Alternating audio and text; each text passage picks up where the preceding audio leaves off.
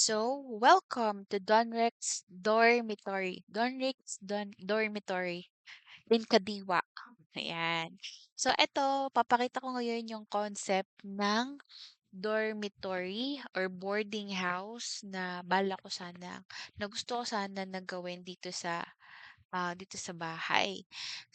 Eto, kung makikita mo, kung maalala mo, tayo ay ang bahay natin ay pangalawa mula dito sa kanto.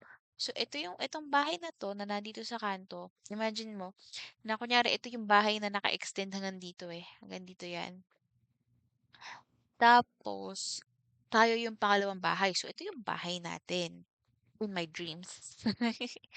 In my dreams. Tapos 'di ba sa ngayon, yung bahay natin pagpasok mo dito sa manipis na kanto na 'to. 'Di ba nahihirapan ka pa nga mag-ano, ipasok yung motor dito kasi ang ating gate ay nandito sa gilid, Ayan, nandito sa gilid. Pero dito sa ginawa ko, nandito siya sa gitna. So, 'yan. Kaya nahirapan ka ipasok yung motor mo kasi madulas ka mo, ganyan. Tapos ipapasok mo siya diyan, ibabalandra mo lang diyan somewhere.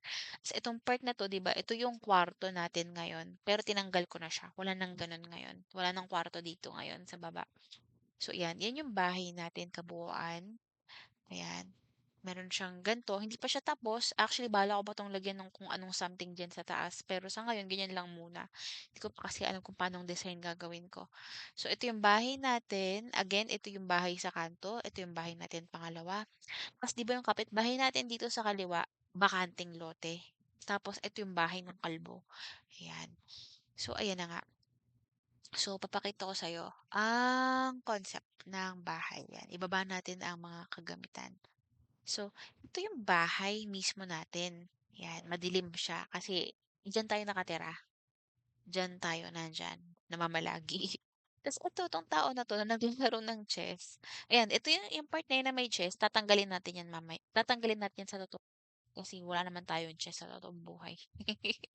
Diyan mo ipaparking yung motor mo. Pag pinasok mo dito sa gate na to, paparking mo dyan yung motor. So yan, yung sukat nitong bahay ay nakaayon to sa kung ganong kalaki yung tao, ganong kalaki yung mga kama, ganong kalaki ang mga bagay-bagay. So ito, ayan, 'di ba? Kasya diyan yung tao eh. Nilagyan, imbes na isagad ko 'tong bahay dito sa ano, sa pader, binigyan ko ng space para makadaan yung mga border. So, kunyari mga tao na 'to, ito yung mga borders. Yan ang borders natin. Ayan, nagkita sila ng isa pang border. Papasok na siya, sundan natin siya. Ito yung bahay natin. Yan, mga bintana ng bahay. So, yan, pumasok na ang border. So, makikita mo, oh, na, nandito, ito yung pagpasok ng border, ito lang yung space ng, kasi di ba pahaba yung bahay natin pahaba. So, ito yung pinakadulo, ito yung part na bakanteng lote. I mean, bakante sa likod, back door ba yun? Yung space sa backyard natin. Ayan, ginawa kong boarding house. So, pagpasok mo, ayan, ibaba ko lang yung walls para makita. Pagpasok mo ng door, ang unang makikita ng border ay itong hagdanan paakyat sa second floor. Tapos, itong um, dining table. Ayan. So, pagpasok mo sa dining, yan. Tapos, meron silang ref. Ayan o, may ref. May ref. Tapos, lababo. Ito yung lababuhan. Ito yung kalan, cabinet. Tapos, meron ding banyo. Ito, banyo. Magkahiwalay ang banyo Yan, para hindi sila nag-aagawan. O, pag may gustong tumae, tae dito. Kapag may gustong maligo habang may tumatay, okay lang. So, ito yung shower room, ito yung banyo. Tapos dito, unang pagpasok, actually, kwarto agad yan Ito, itong side na to. Kwarto agad yan. Baba ko lang uli yung walls.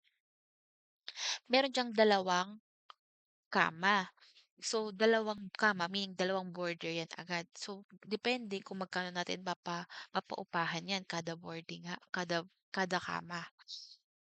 Ayan. Tapos ito, paakyatin natin dito yung border natin. Ayan. So, ito pala, yan. Sorry. Second floor. So, yan. Paakyat siya dyan sa hagdan, papunta sa second floor, dun siya natutulog sa taas. So, pag akyat niya, ayan. Meron pa diyang 8 kama. So, 8 border 'yan sa taas. 2 border sa baba, 8 border sa taas. Puwede natin siyang paupuin dito. Pag-akyat na pag-akyat niya meron siyang sala set diyan, puwede siyang kung ano-anong gusto niyang gawin diyan. So, ito yung mga iba pang mga borders. So, kung nakikita niyo dalawang, kwarto 'yan. Isang blue kwarto, isang pink kwarto. Dito sa gitna ay ito ay banyo. Dito ay sa side na 'to ay shower room 'to, shower room. Ibaba ko lang uli yung walls, ayan. So, ito na yung, mga kama. Makikita mo na, um, ayan yung mga border yung mga border nagsisibaba na sila, nagising na sila sa pagkakahimbing, ayan. So, halimbawa 'yan, gumising sila, mamaya konti pagkababa nila diretso na lang 'yan sila sa kung ano nilang gawin. So, itong space na 'to, napakaliit niyang space na 'yan. Ito yung kabuuan ng bahay, oh, ayan, oh, ta's 'yan na sila, ayan. Ganyan lang kaliit yung space na para sa borders. Dahil tsismisan pa ang mga person. Ayan. Ayan. So, pagka inangat ko to, yan, walls. Tapos ingat ko pa. Ayan. Meron silang bubong, syempre. Ayan, ibaba na natin. Ito lang yan eh, oh. Ito yung kabuuan ng bahay kasi pahaba yung bahay, parang 60, ay hindi pala, 70-30, parang ganyan. Parang ganun yung ratio eh, no? Or parang hindi. Parang 60-40, ayan parang 60-40 pala.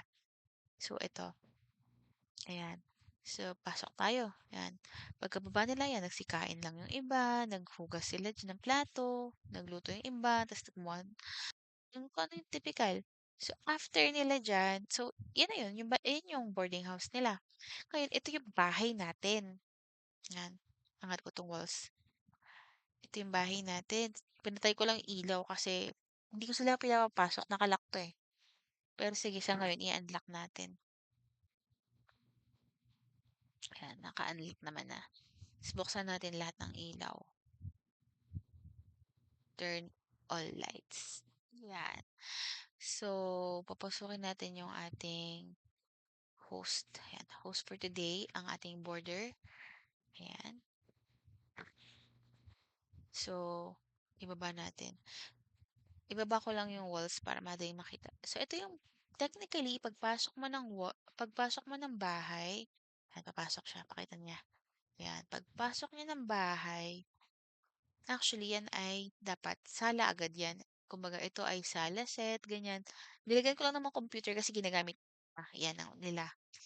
Pero, kunyari, sa totoong buhay, syempre, wala yung mga computer na yan. Malinis yan. Kumbaga, walang ano dyan. Walang computer. Nandiyan yung sala, TV, ganyan. Tapos siguro baka maglagay ako ng kwarto dyan. Di ko alam. Pero ito yung kusina.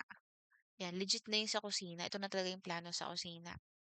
So, sa kusina, merong mga counter table, yan, countertop, and then merong kalan, tapos merong cabinet, dito sa taas may ref, may bintana dyan.